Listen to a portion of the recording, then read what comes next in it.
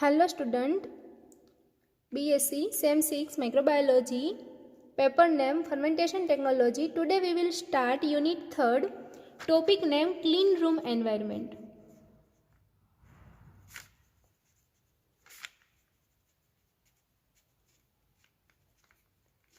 Clean room environment છે means કે તમને નામ ઉપરથી જ ખબર પડે છે કે જે કંઈ રૂમ છે એ ક્લીન હોવાનો છે.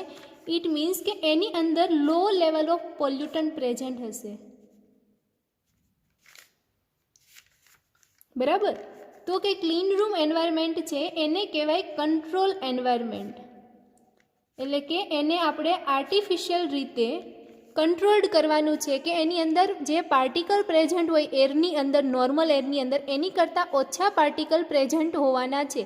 એટલા માટે તમે સપોઝ કે આ ક્લીન રૂમ છે તો એની અંદર એર પ્રોવાઈડ કરવા માટેનું કોઈ પ્રોવિઝન હશે. બરાબર. એ પ્રોવિઝન પોઈન્ટમાંથી તમે એર છે એને શું કરો છો? પાસ આઉટ કરો છો.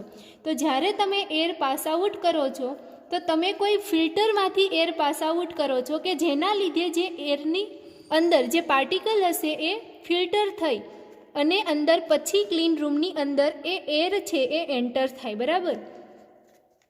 તો કયા કયા પાર્ટિકલ? તો કે dust, aerosol, chemical vapour, airborne microbes, આ બધા જ પાર્ટિકલનું લેવલ કેવું હશે? તો કે લો હશે. એટલે હવે ક્લીન રૂમને આપણે ડેફિનેશન કહીએ તો કે clean room has control environment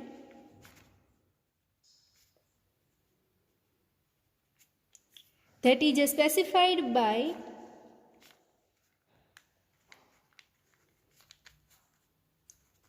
the number of particles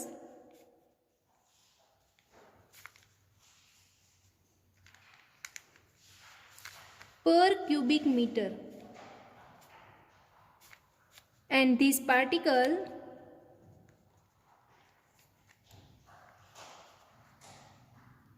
are of specified size. એટલે કે ક્લીન રૂમની અંદર હવે જે એર આપણે પાસ આઉટ કરવાના છીએ તો જે બિગર સાઇઝના પાર્ટિકલ હશે એ ફિલ્ટરમાંથી શું થઈ જવાના છે?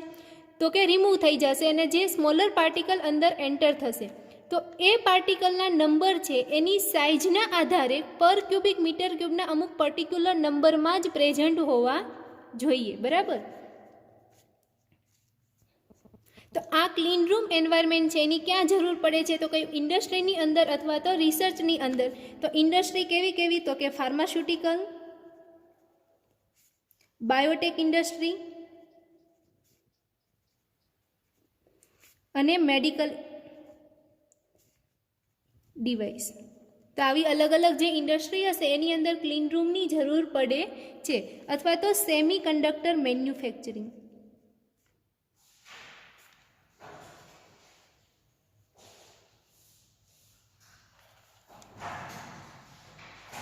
એટલે કે ક્લીન રૂમ છે એ એવી સ્પેસ છે, કન્ટેન સ્પેસ, કે જેની અંદર આપણે એર પાસ આઉટ કરવું હોય તો પણ એક પર્ટિક્યુલર પ્રોવિઝન હશે અને ત્યાં આપણે ફિલ્ટર રાખવામાં આવે છે.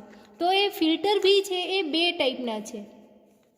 એમાં ફર્સ્ટ જે ફિલ્ટર છે એ છે હેપા ફિલ્ટર અને સેકન્ડ ફિલ્ટર છે એ છે ULPA ફિલ્ટર. હેપા ફિલ્ટરનો મિનિંગ થશે હાઈ એફિશિયન્સી પર્ટિક્યુલેટ એર. એટલે કે એ જે એર ફિલ્ટરમાંથી પાસ થઈ ક્લીન રૂમની અંદર ઇન્વાઇટ થશે તો 0.3 કે એનાથી મોટા પાર્ટિકલ હશે એ અહીંયા જે ફિલ્ટરમાંથી તમે પાસ કરો તો આ બાજુ રોકાઈ જશે અને બાકીની એર અંદર એન્ટર થશે. હવે જ્યારે ULPA ફિલ્ટર છે એ એવી એર છે કે જેની અંદર 0.3થી નાની સાઇઝના પાર્ટિકલ હશે એ પણ પ્રેઝન્ટ હશે નહીં. એ ક્લીન રૂમની અંદર 0.3થી નાની સાઇઝના પાર્ટિકલ પણ પ્રેઝન્ટ હશે નહીં. એટલે કે ULPA ફિલ્ટર છે એ 0.3થી બી નાની સાઇઝના પાર્ટિકલને અંદર એન્ટર થવા દેશે નહીં. હવે આપણે જોઈએ કે જો તમે કોઈ ઇન્ડસ્ટ્રીની અંદર વર્ક કરો છો અને તમારે વર્ક કરવાનું છે ક્લીન રૂમની અંદર, તો તમે જ્યારે પણ ક્લીન રૂમની અંદર એન્ટર થાવ છો ત્યારે તમારે ઇન્ડસ્ટ્રીના પર્ટિક્યુલર ક્લોથ્સ છે એ પહેરવા પડે. બરાબર. અને બીજું કે તમારે એર શાવરમાંથી પાસ આઉટ થવું પડે. કે તમે એર શાવરમાંથી પાસ આઉટ થાવ છો એટલે કે તમારા બોડીની અંદર જે કંઈ ડસ્ટ પાર્ટિકલ, એરોસોલ ને બધું જે અટેચ થયેલું હશે એ એર શાવરમાંથી પાસ આઉટ થશો એટલે શું થઈ જશે? રિમૂવ થઈ જશે. બીજું કે તમે પર્ટિક્યુલર ક્લોથ્સ પહેરો છો, હેરનેટ, હેર ગ્લોવ્સ, લેબ કોટ, બૂટ, શૂઝ એક્સેટ્રા, ગ્લોવ્સ, તો આપણા બોડી ઉપર જે કંઈ હેર હશે કે સ્વેટ હશે એ પણ સિક્રીટ થશે નહીં અને ક્લીન રૂમ છે એને કન્ટામિનેટ કરશે નહીં. હવે આપણે જોઈએ ક્લીન રૂમ ક્લાસિફિકેશન, કે અલગ અલગ ઇન્ડસ્ટ્રી હોય એમાં અલગ અલગ ક્લીન રૂમની જરૂર પડે. કોઈ ઇન્ડસ્ટ્રી એવી છે કે જેની અંદર થોડું ઘણું બી કન્ટામિનેશન હશે તો ચાલશે, તો એની અંદર કોસ્ટ વધારે ન આવે એટલે વધારે આપણે એને ક્લીનેસ્ટ ક્લાસ કરવાની જરૂર છે નહીં. તો જે ક્લીન રૂમ ક્લાસિફિકેશન છે એ બે રીતે થાય છે. એક જે છે એ છે ISO ક્લાસિફિકેશન સિસ્ટમ અને સેકન્ડ જે સિસ્ટમ છે એ છે ફેડરલ ક્લાસિફિકેશન સિસ્ટમ.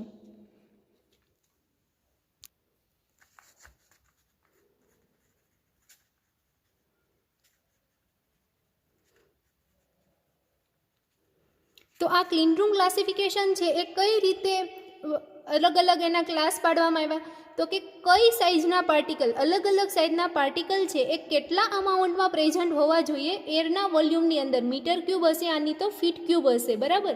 એટલે કે એના ક્લીનલીનેસ લેવલ ઉપરથી ક્લાસિફિકેશન પાડવામાં આવે છે.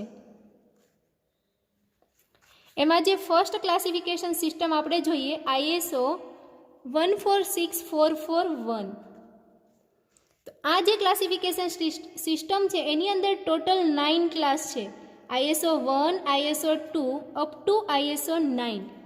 એની અંદર જે ISO 1 છે એ ક્લીનેસ્ટ ક્લાસ છે અને ISO 9 છે એ જે છે એ ડર્ટીએસ્ટ ક્લાસ કહેવાય. પણ ડર્ટીએસ્ટ ક્લાસ ધેટ ડઝન્ટ મીન કે એ જે આપણી નોર્મલ એર હશે એની કરતાં બી ડર્ટી હશે, એની કરતાં તો બહુ જ ક્લીન હશે, બરાબર? પણ આ ક્લાસિફિકેશન સિસ્ટમ પ્રમાણે ISO 1 ક્લીનેસ્ટ છે અને ISO 9 જે છે એ ડર્ટીએસ્ટ ક્લાસ છે. હવે ઇન્ડસ્ટ્રીની અંદર મોસ્ટલી કયા ક્લાસ યુઝ કરવામાં આવે છે ક્લીન રૂમની અંદર? તો કે ISO 7 એન્ડ ISO 8. હવે આપણે જોઈએ ફેડરલ ક્લાસિફિકેશન સિસ્ટમ.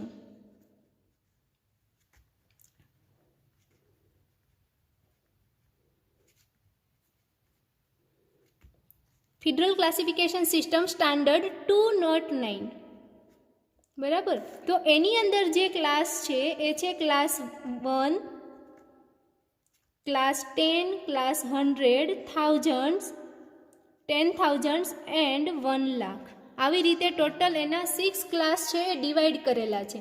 હવે આપણે જોઈએ એમાં સાઇઝ કેટલી છે, તો કે 5 માઇક્રોમીટર સાઇઝના ફીટ ક્યુબ, એટલે કે એરનું તમે ફીટ ક્યુબ વેલ્યુમ લેશો તો એમાં 5 માઇક્રોમીટર સાઇઝના કેટલા હશે પાર્ટિકલ? તો ક્લાસ 1ની અંદર 1, 10, 100, થાઉઝન્ડ્સ, 10,000 એન્ડ 1 લાખ. આટલા પાર્ટિકલ છે એ ક્લીન રૂમની અંદર પર ફીટ ક્યુબની અંદર પ્રેઝન્ટ હશે. હવે આપણે જોઈએ ISO ક્લાસિફિકેશન સિસ્ટમની વાત કરીએ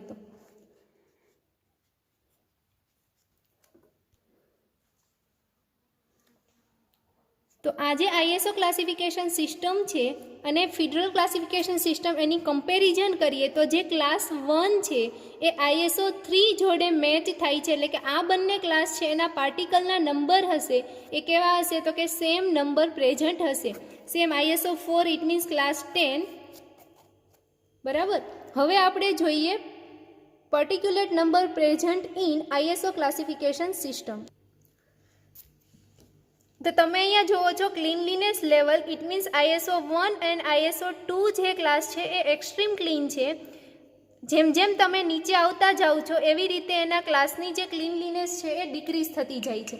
હવે આપણે જોઈએ ISO 1 અને અહીંયા જે તમને આપેલું છે એ પાર્ટિકલની સાઇઝ આપેલી છે 0.1 માઇક્રોમીટર, 0.2, 0.3, 0.5, 1 એન્ડ 5 માઇક્રોમીટર સાઇઝના પાર્ટિકલ.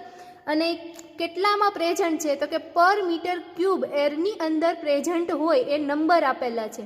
તો કે ISO 1ની અંદર 0.1 માઇક્રોમીટર સાઇઝના પાર્ટિકલ 10 પ્રેઝન્ટ છે અને 0.2ના 2 જ પ્રેઝન્ટ હોવા જોઈએ, એનાથી વધારે પ્રેઝન્ટ હોવા જોઈએ નહીં. અને 0.3, 0.5, 1 કે 5 માઇક્રોમીટર સાઇઝના પાર્ટિકલ છે એ પ્રેઝન્ટ હોવા જોઈએ નહીં, બરાબર. હવે અહીંયા તમે ISO 2 વિચારો, સેમ ISO 3, ISO 4, 5 એન્ડ 6. હવે અહીંયા જોઈએ ISO 7. ISO 7માં અહીંયા ડેશ નથી કરેલો. ધેટ ડઝન્ટ મીન્સ કે આ સાઇઝના પાર્ટિકલ ગમે એટલા પ્રેઝન્ટ હશે તો એનાથી કાંઈ ક્લીનલીનેસને અફેક્ટ થતી નથી, એટલે કોઈ ઇન્ડસ્ટ્રીયલ પ્રોસેસને આ જે પાર્ટિકલ પ્રેઝન્ટ હોય તો કોઈ પ્રોબ્લેમ છે નહીં. પરંતુ 0.5 માઇક્રોમીટર સાઇઝના પાર્ટિકલ છે એ 3,52,000થી ઇન્ક્રીઝ થવા જોઈએ નહીં, અને 1 માઇક્રોમીટર સાઇઝના પાર્ટિકલ છે 83200થી ઇન્ક્રીઝ થવા જોઈએ નહીં. અને અહીંયા ડેશ છે એનો મિનિંગ થશે કે આ પાર્ટિકલ પ્રેઝન્ટ હોવા જોઈએ નહીં, અને અહીંયા ડેશ નથી, ધેટ મીન્સ કે પાર્ટિકલ પ્રેઝન્ટ હશે તો ચાલશે, કે જેનાથી કોઈ ઇન્ડસ્ટ્રીયલ પ્રોસેસને અફેક્ટ થતી નથી. Okay, thank you.